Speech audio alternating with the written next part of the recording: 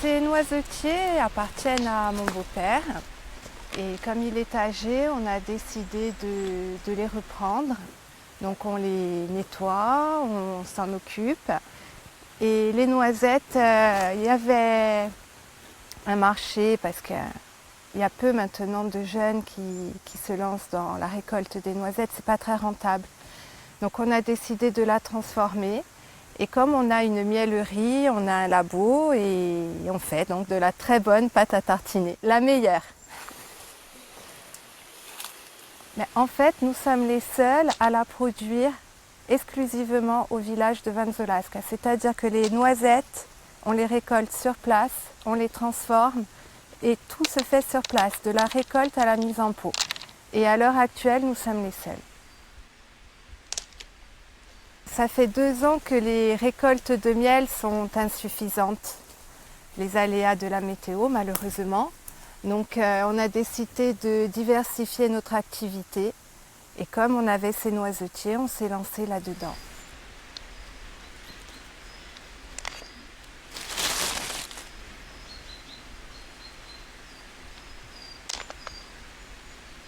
Là, on est vraiment dans la transmission et dans la sauvegarde un petit peu de ce que faisaient nos anciens. On cherche à perpétuer ces gestes et pour nous, c'est important.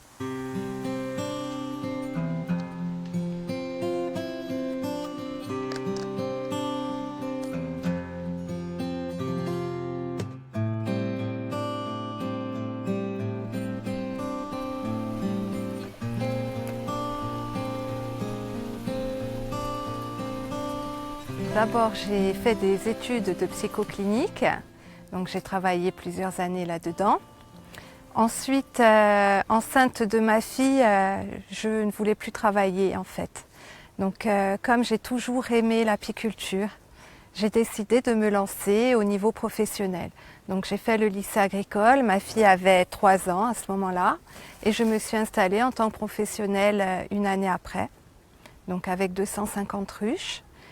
Et je suis ravie de mon choix. Je gère mon exploitation comme je veux, à mon rythme, au rythme de mes enfants, ce qui est important en tant que femme. Et je suis ravie d'avoir fait ce choix de vie.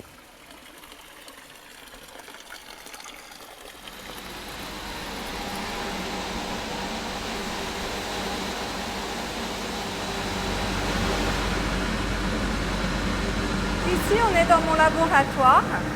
Donc il y a plusieurs machines.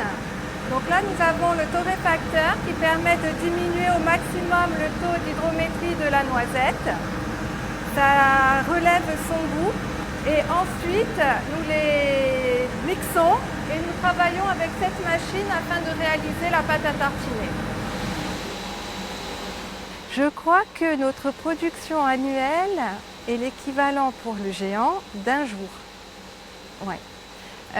Oui, au départ, oui, ça nous a fait peur, oui, parce que le goût, on est tellement tous habitués au goût de cette pâte à tartiner qu'au départ, on se disait jamais on va pouvoir, surtout au niveau des enfants, leur faire choisir un autre produit parce qu'on est habitué au goût, au pot, on le voit tout le temps à la télé.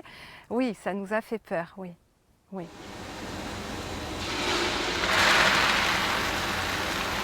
On a commencé à travailler avec un chef et on a essayé de se rapprocher au maximum du goût de la pâte à tartiner très connue, qu'on ne peut pas citer.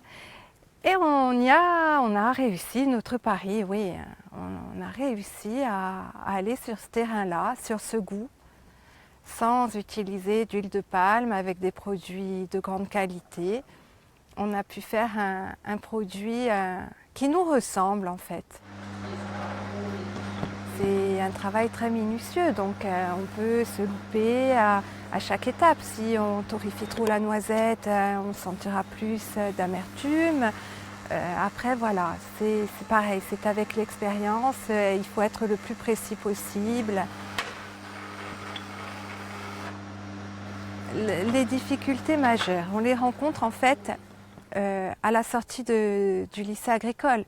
Parce que pendant une année, on travaille la pratique, on travaille certains aspects de l'installation, mais les grosses difficultés, c'est l'installation en elle-même, quand on a affaire à l'administration. Pour notre part, c'est 3 structures et de l'un à l'autre, il n'y a pas de communication. Il faut fournir les papiers, mais plusieurs fois. C'est vraiment, il faut être acharné, il faut vraiment en vouloir. C'est la partie administrative qui est la plus décourageante.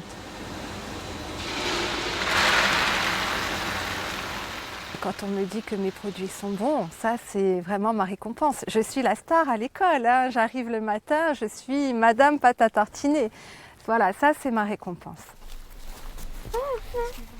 Tu as vu les fleurs? Qu'est-ce qu'on va manger à midi? Bonne question. On mangera des noisettes grillées. Non? Qu'est-ce que tu voudrais manger à midi? Vivre, travailler, élever mes enfants au village, c'est mon luxe.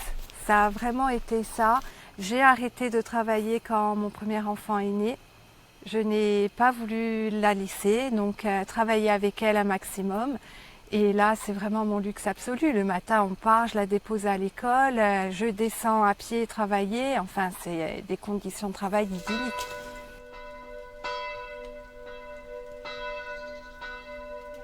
Cet attachement à la terre, je pense qu'on l'a déjà au départ, hein, on l'a en nous. Et après, personnellement, c'est une fois que j'ai eu mes enfants. Le souci de leur laisser quelque chose de beau encore. Parce qu'avec tout ce qu'on voit au niveau du continent et au niveau planétaire, le réchauffement climatique, enfin, j'ai eu ce souci de me dire qu'est-ce que je vais leur laisser. Donc, travailler la terre, la respecter et leur transmettre, c'est mon but dans la vie. Voilà, c'est vraiment mon objectif premier. C'est de là vraiment où est né cet attachement à la terre.